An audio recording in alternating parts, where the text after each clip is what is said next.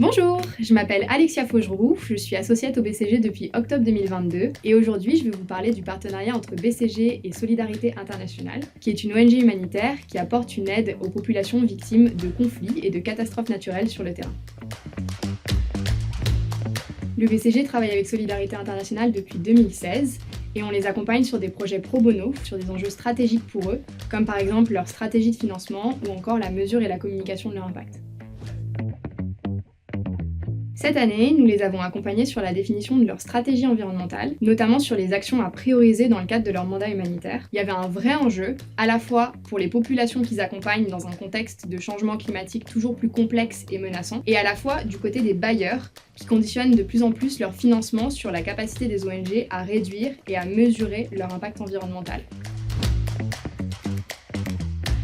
On a travaillé à la fois en interne pour comprendre la vision environnementale de Solidarité Internationale et ce qui existait déjà dans l'ONG, mais qui n'était pas toujours présenté comme répondant aux enjeux environnementaux. Et en externe, on a sondé des ONG et des bailleurs pour comprendre les bonnes pratiques existantes. On a ensuite défini main dans la main avec Solidarité Internationale une nouvelle politique environnementale, ainsi qu'une feuille de route pour la mettre en place dans les mois à venir, et un narratif pour la communiquer publiquement.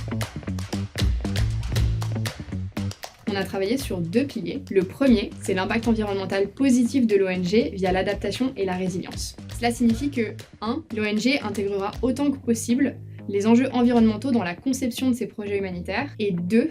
Elle développera des programmes spécifiques qui intègrent les enjeux environnementaux, comme par exemple l'agroécologie ou la gestion intégrée des ressources en eau.